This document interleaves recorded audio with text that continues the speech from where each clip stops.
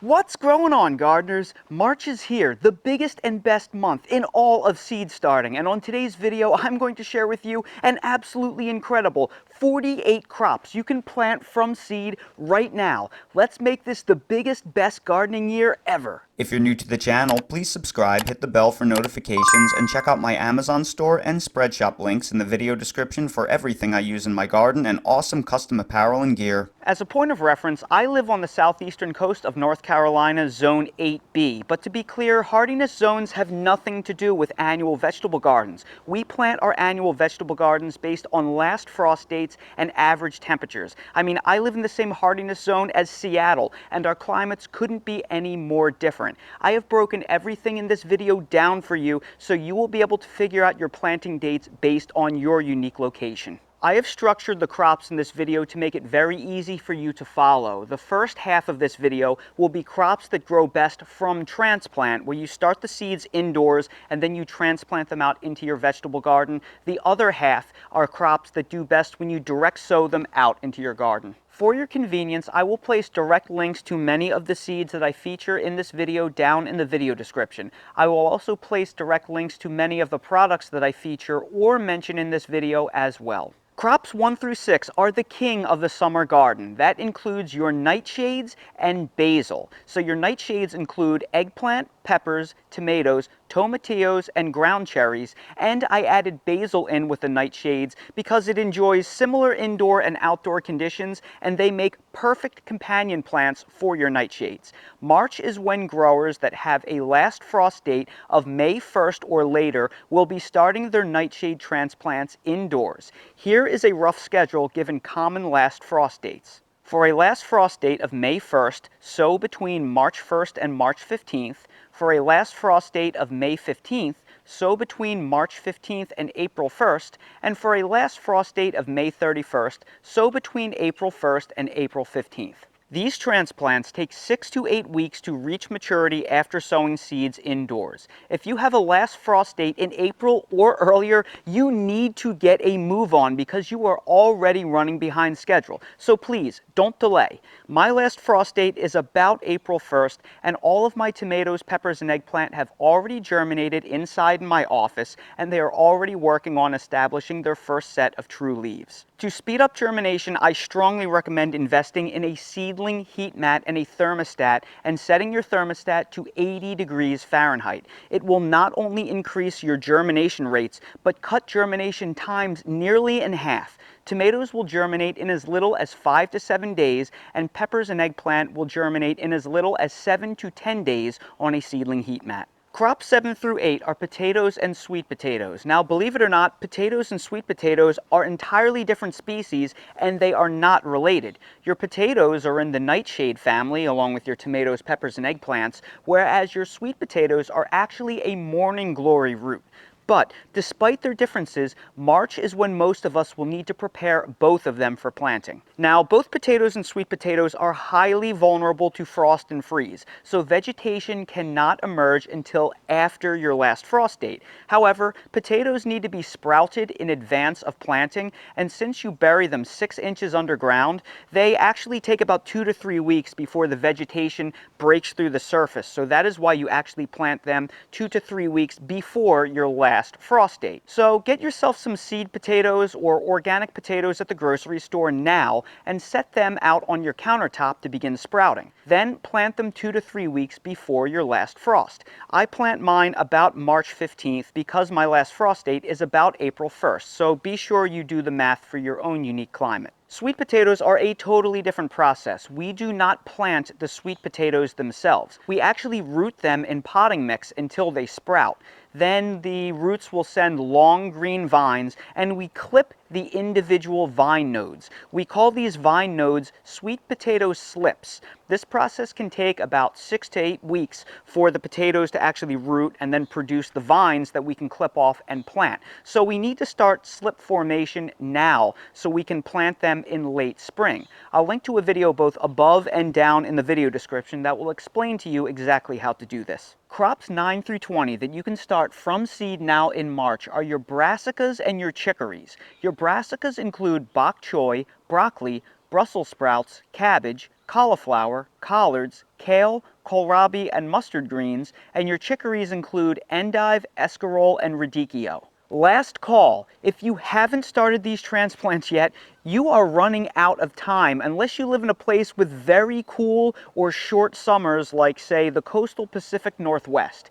These crops are very sensitive to heat and must reach maturity before days are regularly 70 degrees or warmer. It takes these crops 6 weeks to go from seed to mature transplant and are best transplanted 4 to 6 weeks before your last frost date, since they are frost and freeze tolerant. So working backwards, you would ideally start these transplants indoors 10 to 12 weeks before your last frost date. I mean, just look at my crops right here. These crops are so cold hardy, they do well here in Zone 8 all winter long underneath some kind of agricultural fabric, and everything is looking fantastic. It's actually the heat that is the bigger threat for them. So, like I said, if you haven't started these seeds yet, you really need to get a move on. Now, most of you are now realizing that you are probably behind schedule if you haven't started these seeds yet, but there is a solution: shade cloth. By draping shade cloth over these crops when temperatures regularly get above 60 degrees,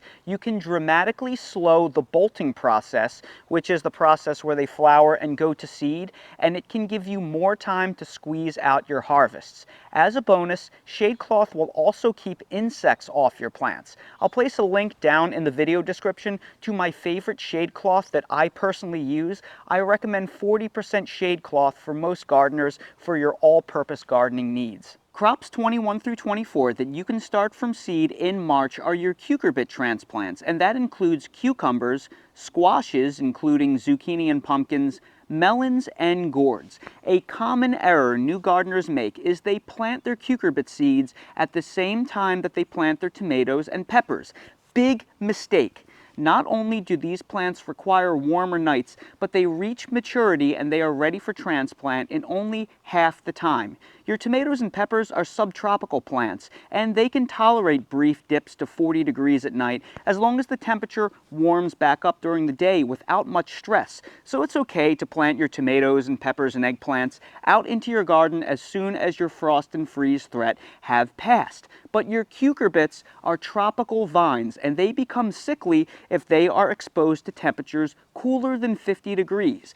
Therefore, you should actually delay transplanting your cucurbits out into your garden until 2 to 3 weeks after your last frost date, so you give the nighttime temperatures a few weeks to moderate. In addition, your cucurbits only take about 3 to 4 days to germinate on a seedling heat mat, and they are ready for transplant in only 3 to 4 weeks, literally half the time of your tomatoes and peppers. Therefore, you should really delay starting your cucurbit transplants indoors until about 2 to 3 weeks before your last frost date. This will ensure your plants do not grow out of control indoors, sending vines all over the place, and you can hold off on planting them until it gets a little bit warmer outside.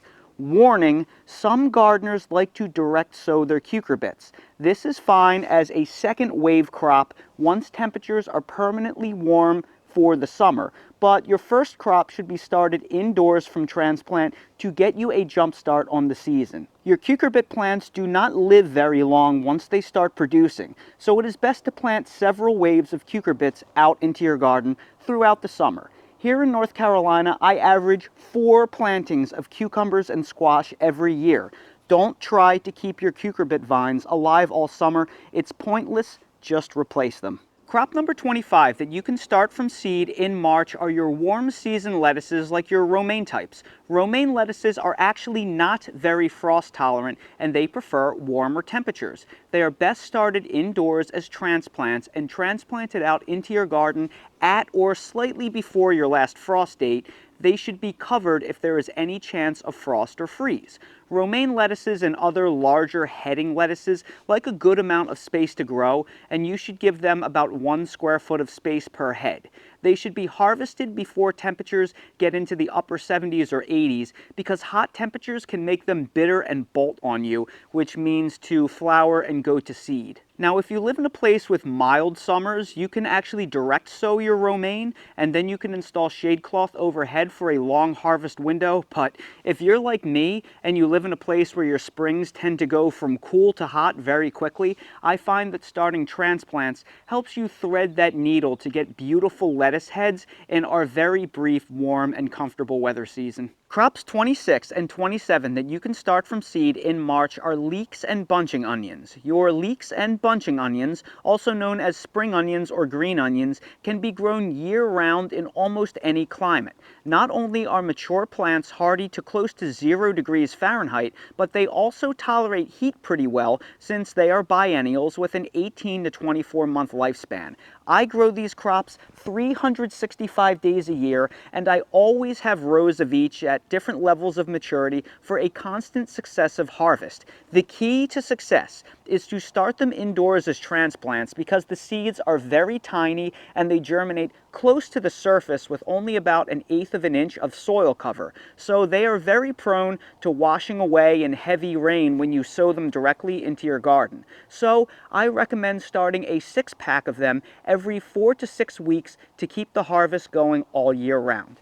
Now let's move on to crops that are best direct sown into our gardens. Crops 28 through 35 that you can sow from seed in March are your cold hardy root crops, and that includes beets, carrots, daikon, parsnips, radishes, rutabagas, Swiss chard, and turnips. This is your last call for sowing root crops. All of these root crops tolerate hard frosts and freezes, but heat makes them struggle. You want these maturing when there is still some sort of frost risk at night because their sugar content is inversely proportional to temperature and they actually get sweeter when they are frosted on. These roots will be starchy when they mature in very warm weather, and some get almost wood-like in hot weather, so please don't delay.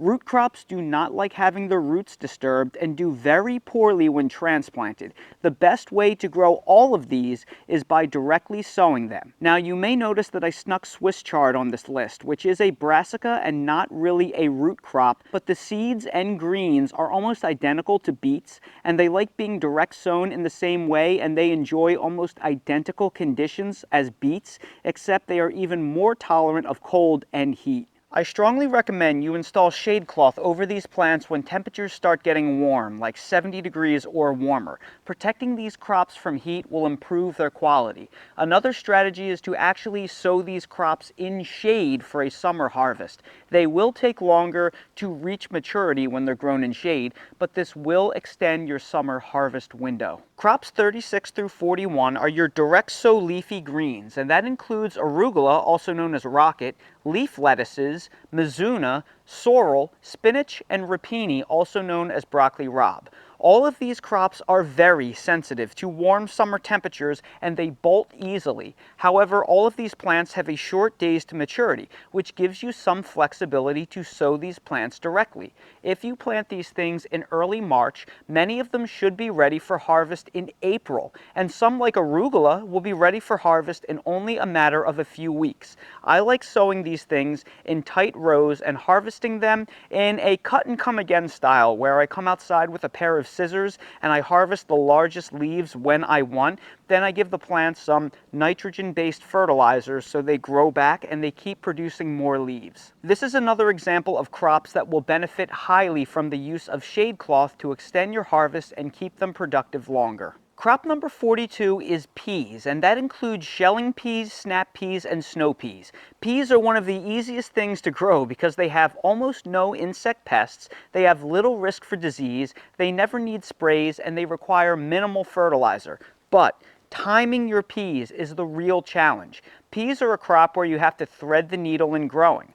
While pea plants themselves are quite cold hardy, the pods are not. Even a light frost or freeze will fracture them, ruining your harvest. But peas also don't like heat, and temperatures above 80 degrees can also ruin the crop. So your peas need to flower and form pods after all chance of frost and freeze have passed, but they need to mature for harvest before it gets hot out. I recommend you direct sow your pea seeds 30 to 45 days before your last frost date. This will give them 10 days to germinate and 3 to 4 weeks to grow into stout plants before the flowering phase. During this time, if you're going to get a hard freeze, just cover the plants with a blanket or some agricultural fabric. By the time the plants flower, you should be past your last frost date. And in the event that you do get a late frost, again, just cover them. This will ensure your pea pods form after your last chance of frost passes, so you don't get any frost-damaged fruit, but you harvest them before the heat sets in, which will give you the sweetest possible harvest. And finally, crops 43 through 48 that you can plant from seed in March are your annual herbs, cilantro, also known as coriander, chives, dill, fennel, garlic chives, and parsley. These cold-hardy annual herbs can be both direct sown or started as transplants. Some things like cilantro have large seeds and they do great direct sown. Parsley I like to start indoors. Dill does great either way.